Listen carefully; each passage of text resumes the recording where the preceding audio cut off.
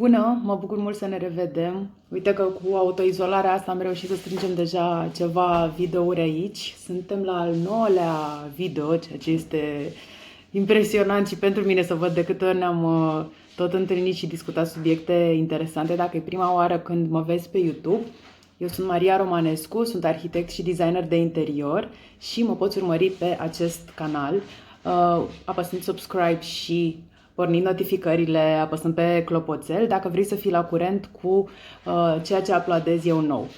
Concret, am ales ca în timp de izolare să împărtășesc cu tine din experiența mea pentru a ne face viața cât mai frumoasă acasă, că până la urmă we are stuck there.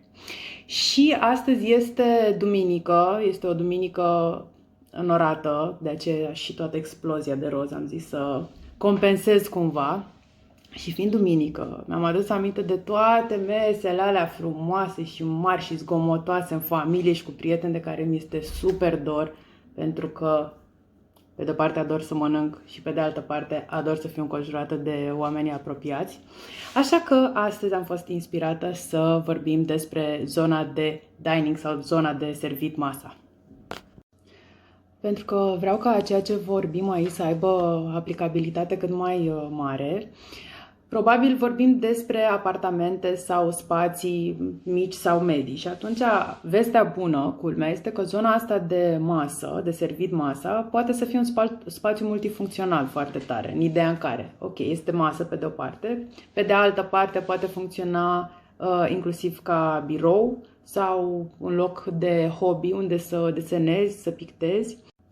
Pentru că vorbim de spații reduse, cum spuneam, cel mai probabil zona de dining este deja integrată într-o altă cameră, în speță sufrageria, zona de living adică, și atunci este necesar, la fel ca și în spațiul de lucru, de home office, cum vorbeam la început de tot în primul video, să facem totuși o departajare la nivel vizual prin mobilier sau prin accesorizare. Și departajarea asta putem să o facem atât la nivelul pereților, aplicând o culoare diferită în zona de dining. Mai putem pune pe perete în dreptul mesei un tablou sau un ornament centrat pe zona de dining. La nivelul pardoselii discutăm sigur de un covor și cel mai important la nivelul plafonului, unde avem corpul de iluminat, care aici este clar câștigător o variantă de corp de iluminat suspendat, tip pendul. Și atenție, două lucruri foarte importante vreau să spun legat de acest corp de iluminat. Poate crezi că scaunele și masa vor indica un stil anume pe care tu vrei să-l reprezinți în zona ta de dining. Însă toate astea se pot schimba sau sunt puternic influențate de corpul de iluminat. Deci, în principiu, cam el îți dictează aura așa stilistică a diningului tău. Îți recomand unul supradimensionat, care va da o anumită forță așa de a amenajării în zona de dining. Și o a doua chestie pe care vreau să subliniez la capitolul corp de iluminat, o greșeală foarte frecvent făcută, este că la corpul de iluminat de deasupra diningului, la montaj se taie firul mult mai scurt decât ar trebui, în ideea în care te gândești că te lovești cu capul de el dacă treci pe acolo.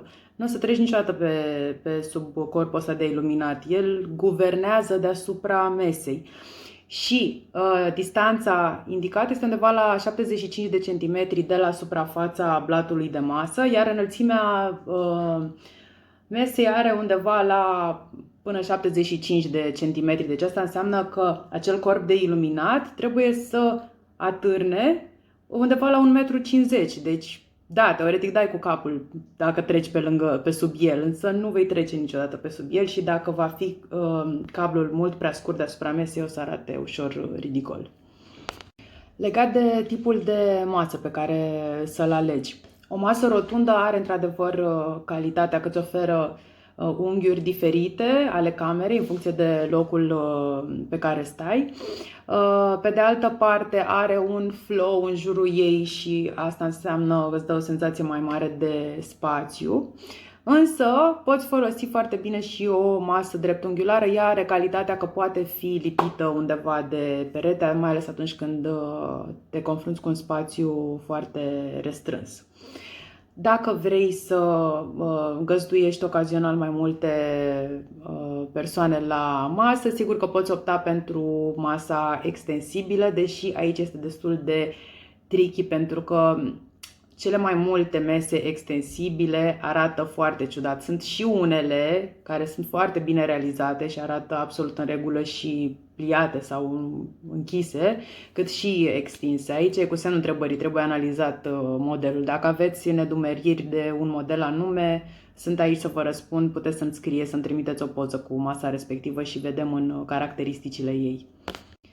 Indiferent la ce funcționează masa ta, că este zonă de dining sau poate acum o transformi în birou sau, în fine, este foarte drăguț să ai o parte de real life pe ea, în ideea în care poți să utilizezi flori proaspete puse într-o glastră frumoasă și o să vezi că schimbă total vibe-ul camerei, sau dacă ai o problemă cu florile tăiate, poți să pui o plantă în ghiveci, însă acolo partea verde de culoare și de viață să schimbe total atmosfera în jurul mesei.